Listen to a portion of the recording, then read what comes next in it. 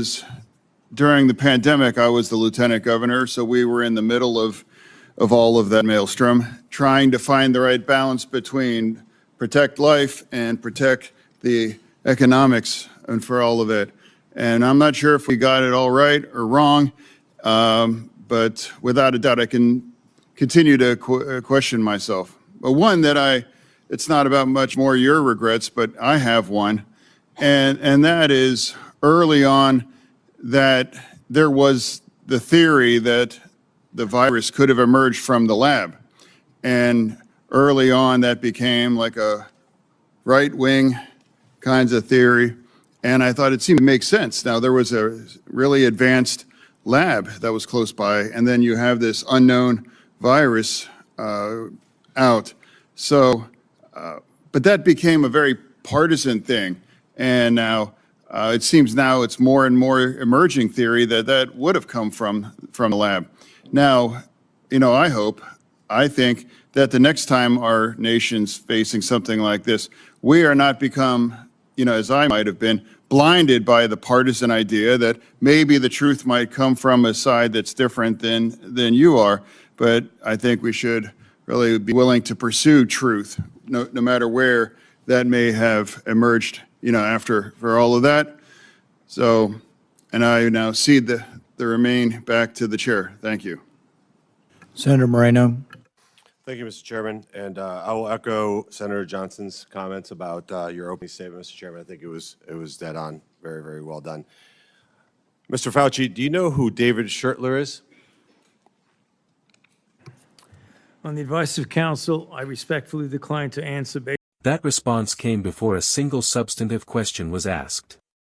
The senator had not even gotten to masks, lab leaks, or vaccine mandates. He asked whether the witness knew a particular attorney, and that was the answer. The constitutional right exists, but a refusal that broad, that early, tells you what kind of day the witness thinks he is having, and tells the audience what kind of hearing they are about to watch. Based upon my rights under the Fifth Amendment to the Constitution. Fifth Amendment of the Constitution. What does the Fifth Amendment of the Constitution say?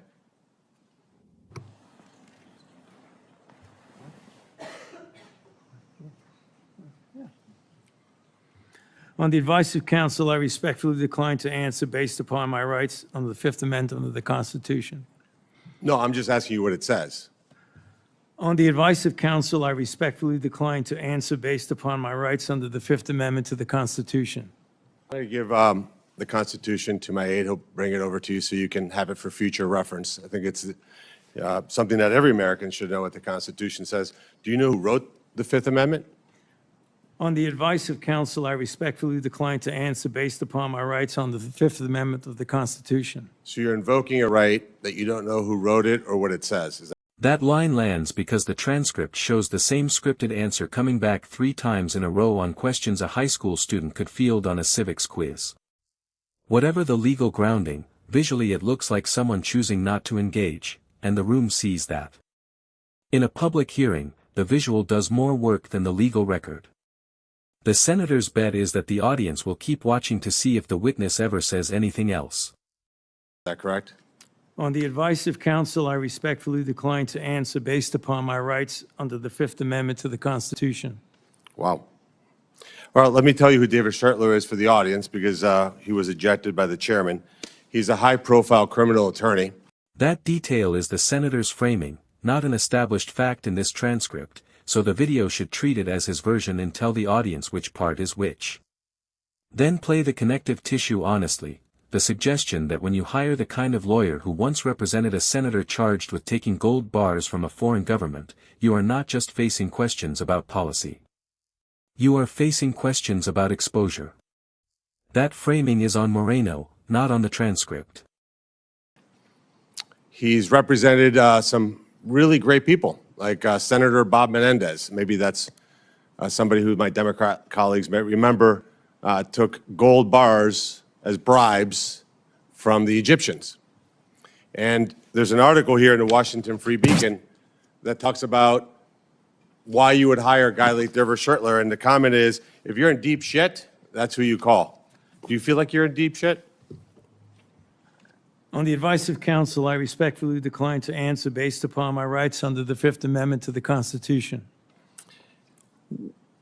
Clearly, what you think today is that somehow you're above reproach. Somehow you feel like you don't need to be treated like a normal American. Can you do me a favor in the audience and stand up if during the time of the COVID pandemic, you were called a racist for calling the virus a Wuhan virus or the China virus? If you thought the 6-foot rule was total crap, if you thought the vaccine wasn't something that you should take, if you thought it was outrageous the way the mask policy was rolled out, if you were fired from your job for not taking that vaccine, including members of the military, if you thought closing schools was catastrophically stupid, and that you thought that during these times saying these things made you somehow a lesser human being. Dr. Fauci, can you just turn around and look at the people behind you? You're not willing to do that? That's not a question. It's not a question. To your lawyers, not a question. It's a request. All you have to do is look up from your lawyers and look at the people who were absolutely shamed for saying what we know now to be the truth. You can't even look at them? That's a question. Are you able to look at them? You can sit down in the audience.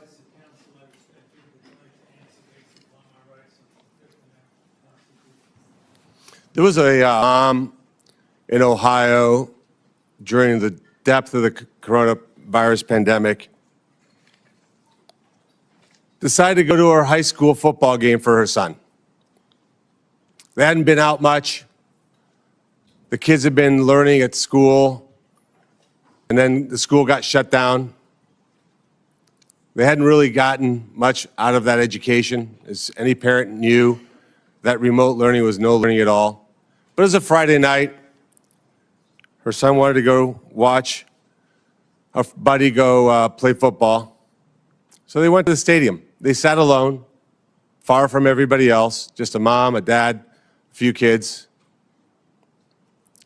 They didn't feel they needed to wear masks because it was stupid, because they were outside. They all live together. They're not near anybody. Dr. Fauci, do you know what happened to that mom and that family? That's a question. On the advice of counsel, I respectfully decline to answer based upon my rights under the Fifth Amendment to the Constitution. They were dragged out of that stadium and arrested. This one, pay attention to the wording, is the senator recounting a story, not a court record verified in this transcript. Describe it as he tells it, a family outside, distanced from others, removed from a high school football game. Once a story like that lands on camera, the policy debate gets a face, and the witness's refusal to engage becomes a refusal to engage with that face.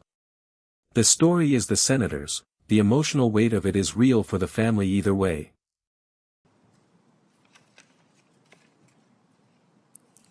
Those policies were put in place because you had moronic politicians that listened to the words of a megalomaniac who was more interested in having met a Kardashian than the suffering of the American people, and that is you.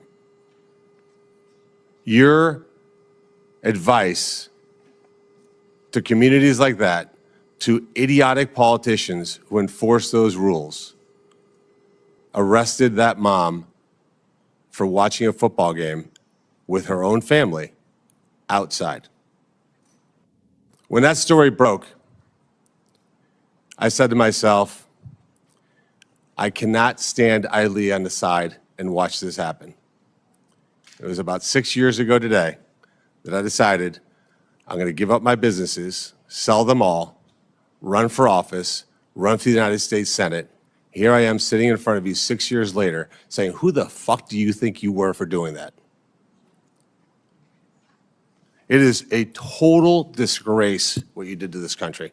And if my Democrat colleagues are standing there defending you, I hope the voters of the United States of America watch the clips of every one of you doting on a guy who was more interested in being a celebrity than saving American people. I will make it my mission to make certain that every single one of those Democrats who did that will see that clip over and over and over again. Because there is no defense of what you did. You may have had a 50-plus year legacy of public service, but it ends in total and complete disgrace. So let me ask you an opportunity to answer one question. Will you apologize, just apologize, to the people who you harmed through your actions? Will you say, do you have the dignity to just say you're sorry? On the advice of counsel, I respectfully decline to answer based upon my rights under the Fifth Amendment to the Constitution. So you won't apologize to the military members who Joe Biden summarily dismissed from the military for not taking the vaccine? On the advice of counsel, I respectfully decline to answer based upon my rights under the Fifth Amendment to the Constitution. Will you apologize to the business owners that lost their business, shattered their lives, and they'll never recover? On the advice of counsel, I respectfully decline to answer based upon my rights under the Fifth Amendment to the Constitution. Will you apologize to the moms who had to force their infant children, 2, 3, 4-year-olds, to put masks on, and what that did and how that traumatized those kids?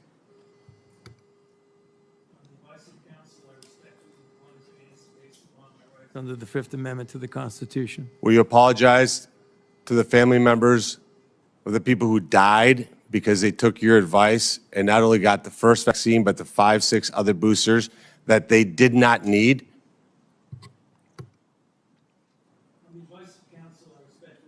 To answer based upon my rights under the Fifth Amendment to the Constitution. Will you apologize to that mom from Ohio for being... This is where the senator broadens the target. Military members dismissed for refusing the vaccine. Business owners who lost everything. Parents who masked 2-, 3-, and 4-year-olds. Families of people who took every booster and died anyway. Each is a separate claim with separate evidence requirements, and they all collide with one repeated answer. The pattern is doing more than the content of any single question. It is the most damaging frame in the transcript, even though legal accountability is a separate, harder question for any courtroom. Being arrested for watching a football game with their family? On the advice of counsel, I respectfully decline to answer based upon my rights under the Fifth Amendment to the Constitution. So you didn't know who wrote the Fifth Amendment. It's James Madison. Lived in this town. I can only wonder what he would think of somebody like you invoking his writings to shield culpability for the actions that you took. It's no secret why you have to hire the biggest dirtbag attorney on the planet, because of what you did. I hope you're paying him well. And I hope that one way or the other, somewhere, sometime, you answer for your crimes. Senator Ernst. Thank you, Mr. Chairman, for holding this important hearing today. Dr. Fauci, Americans haven't forgotten the tragic stories of people who lost loved ones during COVID and those that were denied a chance to say goodbye to their family members that were in hospitals or residing in nursing homes because of the COVID-19 protocols. Americans haven't forgotten the mandates, the adverse reactions to vaccines, the government misinformation, social media censorship, hotlines to tattle on their neighbors, the forced school closures, the tragic rise in suicides or those businesses that were forced to close during lockdowns. Americans haven't forgotten the hundreds of billions of dollars spent by taxpayers for COVID relief, stolen by fraudsters who bought Rolls Royces and yachts. These were taxpayer dollars. Americans have lost trust in science and government after the COVID response. Trust which will be incredibly difficult for us to gain back. Dr. Fauci, you said that the science was evolving and that your recommendations evolved with it.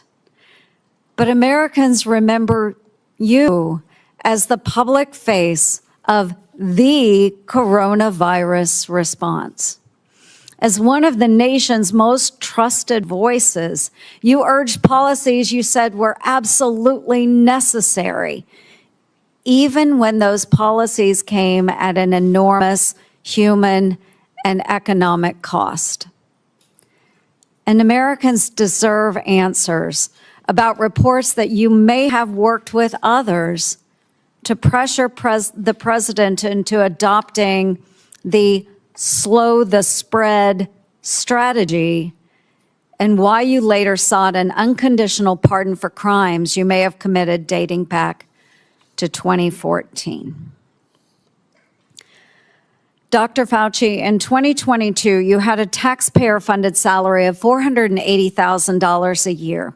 And here is the reset this video owes its audience. Whatever this hearing shows, it does not, on its own, prove that every COVID policy was wrong or that every mandate was unjustified. The transcript records an accountability demand and a non-answer. Then Senator Ernst lays out a $480,000 a year salary that, by her account, makes the witness the highest paid federal employee, more than the President of the United States, alongside a request for an unconditional pardon dating back to 2014. A refusal is not an admission. The pattern is not a verdict. But the pattern is on camera, and it stays on camera regardless of how anyone reads it. You were, in fact, the highest paid federal employee in the entire federal government, even making more than the NIH director and the President of the United States. According to now public documents, that was due in large part to your